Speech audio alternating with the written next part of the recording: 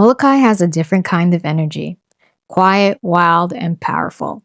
And today we're doing a recon mission, hunting for surf spots and anchoring spots because the best surf days start the night before when you pick the right place to sleep on the hook. This is why we love having a little sleeper cabin on the boat. When you can anchor close to a surf spot, you cut the morning scramble out of the equation. You wake up on location, do a quick conditions check, and if it's lining up, coffee, wetsuit, surfboard, and you're in at first light. This video is a blend of two timelines. My solo helicopter flight to Molokai 9 years ago, and a more recent drone recon into Halawa Valley.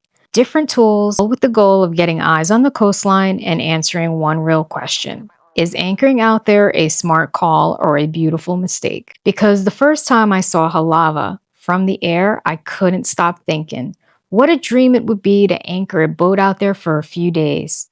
Surf when it's lining up, hike when it's not, and make that walk to the waterfall when the valley was calling your name. That's the vision. This video is the reality check. And if you've ever looked at Molokai from Oahu and thought, we could just boat over there, you can, but you're crossing the Kaiwi Channel. Depending on your route, it's roughly 25 to 41 nautical miles across open ocean. The shortest hop is about 25 nautical miles from Oahu to Molokai's southwest corner near Haleʻolono Harbor. The Kaiwi Channel is known as the Channel of Bones, famous for rough, unpredictable conditions, strong currents, and fast-changing seas. It's common to see 5 to 11 foot plus swells when it kicks up.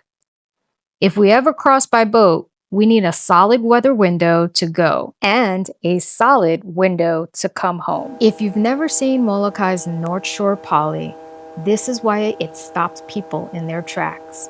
From the air, the scale is unreal. It's dramatic, raw, and it makes you slow down. But Molokai isn't just dramatic landscapes. It carries one of Hawaii's most important, heartbreaking histories, Kalaupapa. In the 1800s, people diagnosed with Hansen's disease were forcibly separated from their families and sent into isolation on the Kalaupapa Peninsula. Remote, surrounded by ocean, backed by towering cliffs, that separation lasted for more than a century. Families were split, lives changed overnight, and still people built community there. Even today, Kalaupapa is treated with privacy and respect with restricted guided access. So if this video feels quiet and intentional at times, this is why. The mission started at Dark 100, first flight of the day to Molokai, with my good friend and fellow surfer, Rachel. I only have aircraft footage during daylight hours, but you can imagine the vibe. It's dark, it's quiet, sleepy laughs, we're ready to go. Once we're airborne, everything simplifies. It's just ocean, the lights started to come up, and a plan to scout anchor options, scout surf angles, and see what the coastline is really saying. Also, a good recon requires fuel. My favorite coffee is actually grown locally in Molokai. It's from Coffees of Hawaii, and it's delicious. If you get a chance to pick up a bag, definitely do. And tell me if you like it. Here's the challenge with surf and anchoring scouting. They both want opposite conditions. Surf wants exposure, clean swell, open faces, and room to breathe. Anchoring wants protection, a good holding, a calm pocket, and a safe exit if the wind shifts. So we're asking practical questions nonstop. Where does the swell hit first? Does it wrap? Where does it rebound? Does this shoreline funnel wind or block it? And if it changes overnight, do we have room and a safe way out? That's the whole point of recon. You don't guess, you just gather information and clues. Okay, let's talk Halawa Valley.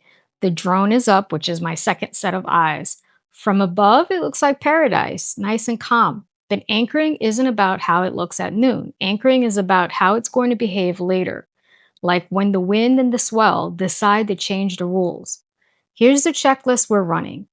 Number 1, protection. Is this a true lee or just a temporary calm? Number 2, the swell. Will it wrap into the bay and build or stay outside? 3, the room. Do we have a safe swing radius if the wind does decide to clock around. Number 4, our exit plan. And probably the most important, can we leave safely if it starts to stack? I'm talking about wind and swell, like things are starting to get hairy. 5, of course, respect. Are we making a choice that matches the local conditions and the local use? Because the goal isn't we can anchor anywhere. The goal is anchor smart so you can surf better and or enjoy the landscapes. And this is the part where some people may not always think things through. Molokai is really remote. Some beaches aren't a just drive up, park, and chill. Getting in means either you need an ATV or you got to hike in or boat in our case. And you want to make sure that if you do run into trouble, somebody can get to you. You know, that changes everything about your planning because conditions can shift and sometimes things break, and so access matters. This is where good preparation makes the difference. On the flight back to Honolulu, the whole sky turns gold and the ocean looks like glass. And this is the payoff, not just the views, but the clarity.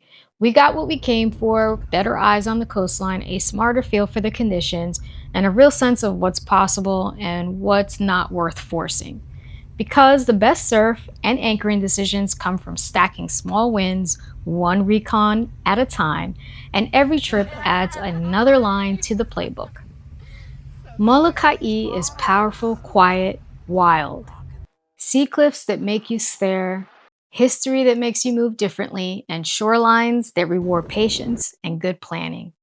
If you want more recon missions like this, surf scouting, anchor planning, and what we learn along the way, let me know in the comments.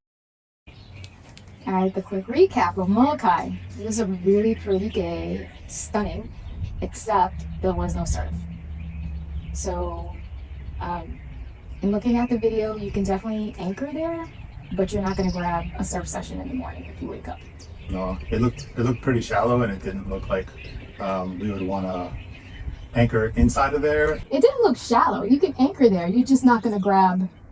You're not going to grab surf. You just, if you anchor there, it's just to hike the waterfall, and you can't hike the waterfall unless you get a guide, a local guide, because most of the land there is private. So. I think the rub is that if there is surf, then you don't want to anchor there because there's not any. It's not a protected enough area. So I'd say we would rule out anchoring at that spot and expecting to surf. Yeah, agreed. But there are other spots like Halawa Harbor, which has a surf spot right next to it that looks like it would be really fun. So I think Molokai is still a go for taking the boat there and exploring. Just maybe not at Halawa Bay or Halawa Beach. Yeah, so we can still plan for a crossing, but we have to make sure we have the right weather window because that channel can be treacherous. Yeah, the Kaiwi Channel, known as the Channel of Bones, is definitely not one you want to mess around with. Yeah, so what we have to do is make sure that we have the right weather window for several days because not only the trip over, but then the trip back. We'll need the right swell direction, we'll need the right wind, and a reliable forecast that says that we can make it there and back safely. Right, so right now it's wintertime and most of the swell direction is from the north. So I think we're going to have to wait till the summertime before we can head over to Molokai. It's probably our best season to go for a longer weather window. Yeah, but that's going to be an amazing trip when we do finally make it. Yeah. To make it over there, it'll feel very rewarding to plan the trip correctly, to do all of our work ahead of time, then to make it there. And hopefully we'll see some of those sea cliffs on the north side. Then we can come around to the south shore, hunker down in Haleolono, maybe catch some surf, and check a major thing off of our to-do list. Yeah. So for you guys out there, if you can anchor and spend a couple of days or nights in any one of the Hawaiian islands, which one would you choose and why? Let us know in the comments.